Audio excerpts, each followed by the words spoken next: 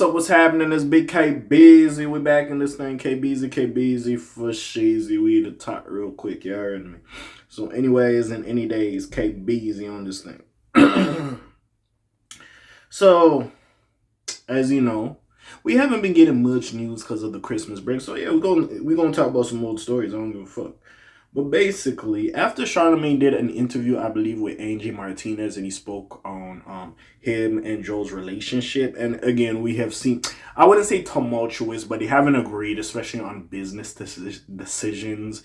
They haven't agreed with how each other has went about certain things.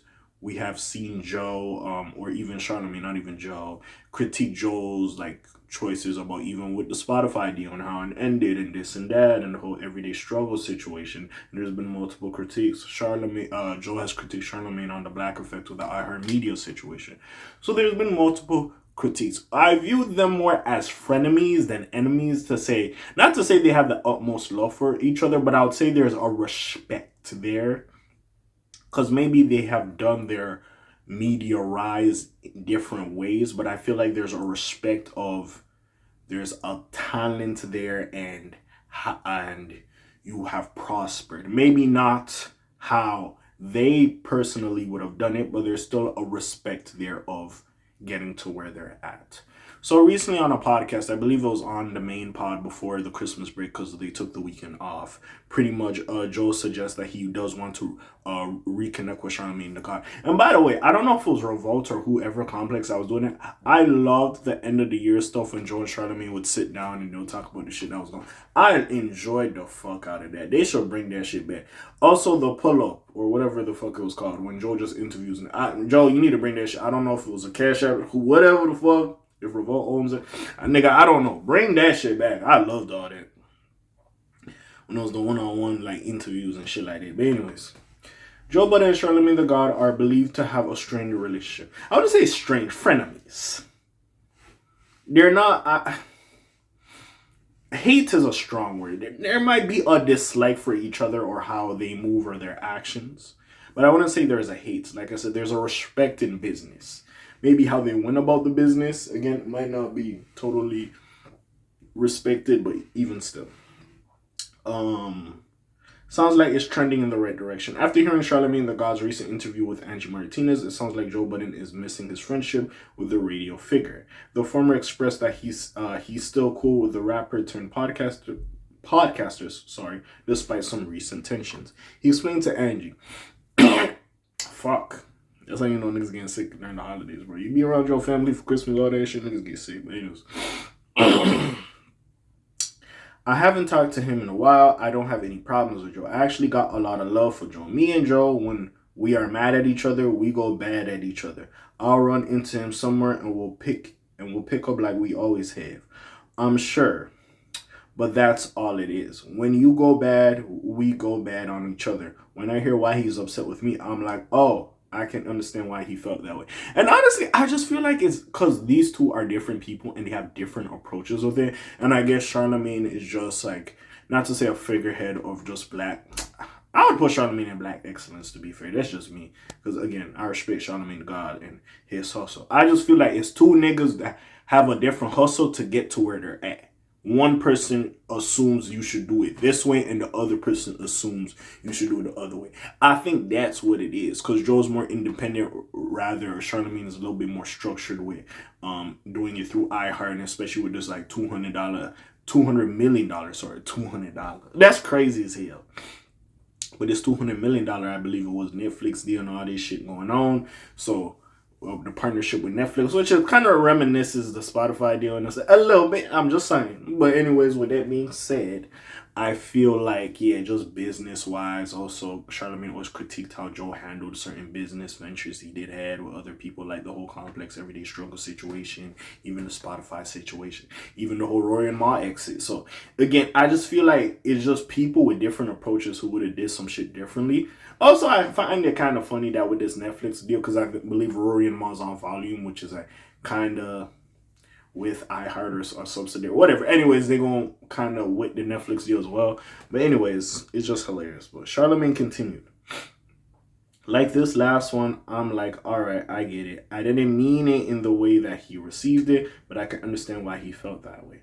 Overall, it sounded like the Breakfast Club voice believes that they can get their friendship back on track. This warmed Joe's heart as he expressed how happy he is for his contemporary's recent success.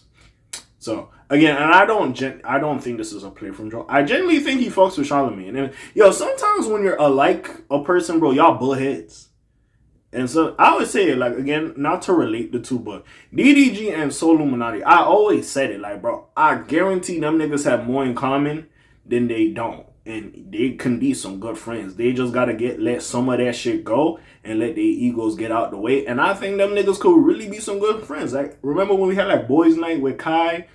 What's that nigga name? Kai, Bruce, and Rage? Bro, you could do that shit with fucking Soul and DDG. Nigga, to see Soul Illuminati, if Soul Illuminati joined DDG's like group or whatever, a content house he was trying to do, nigga, that moment, surreal. Them in the same room together, surreal. Anyways, back to my Joe thing, because Joe said, I wanted to see black people continue to be successful. Like, I want to see my friends that Charlamagne ish. Charlamagne did Angie's ish. He said some dope ish. That was dope. I do think them boys, bro, because they seem cool. I never understood why them niggas have problems, really, to this day. But anyways, he added, it got me thinking about just even the history between him and I and where we both are. Like, someone got a picture of me and him in a South Carolina radio station in 2001 and 2002, looking dusty and bummy, just two talented N-words passionate about something. I like it. He probably got it, but we don't speak. Mark Lamont said he would make sure that they eventually get together, which Joe sounded down for. Hopefully we could reunite in the near future. Joe's comments surfaced after Charlamagne recently inked a massive contract with iHeartMedia. It's worth up to $200 million and will keep him locked in for another 5 years. He will stay with the Breakfast Club and continue the growth of his Black Effect podcast network.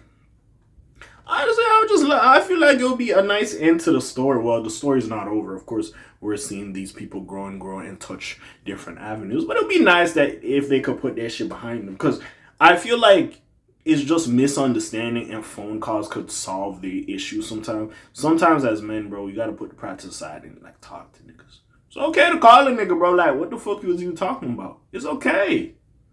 It's okay. Because sometimes you might not understand. Bro might be thinking he's saying some real shit. Now you get it misconstrued. You explain how you get it misconstrued. And he might be like, yo, you know what? I didn't even mean for that shit to happen like that. My bad. This was what I meant. And then y'all can garner some understanding. It don't gotta mean you gotta go on your platform, scream at your top of your like, yo, this nigga don't know what he talking about. And now this person on his radio show, like, he don't know what he doing. Like, bro, just talk. It's okay. It makes some sense, you heard me.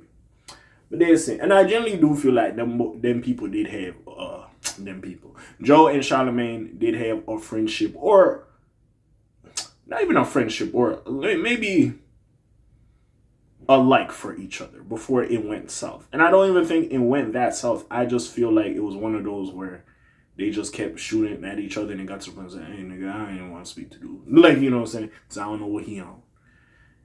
So we'll see what happens with this, man. I hope they do. 2026 new year. Let's keep this shit clean. And if that's the case, hey, Joe, because I know you and Rory reconciled a specific amount.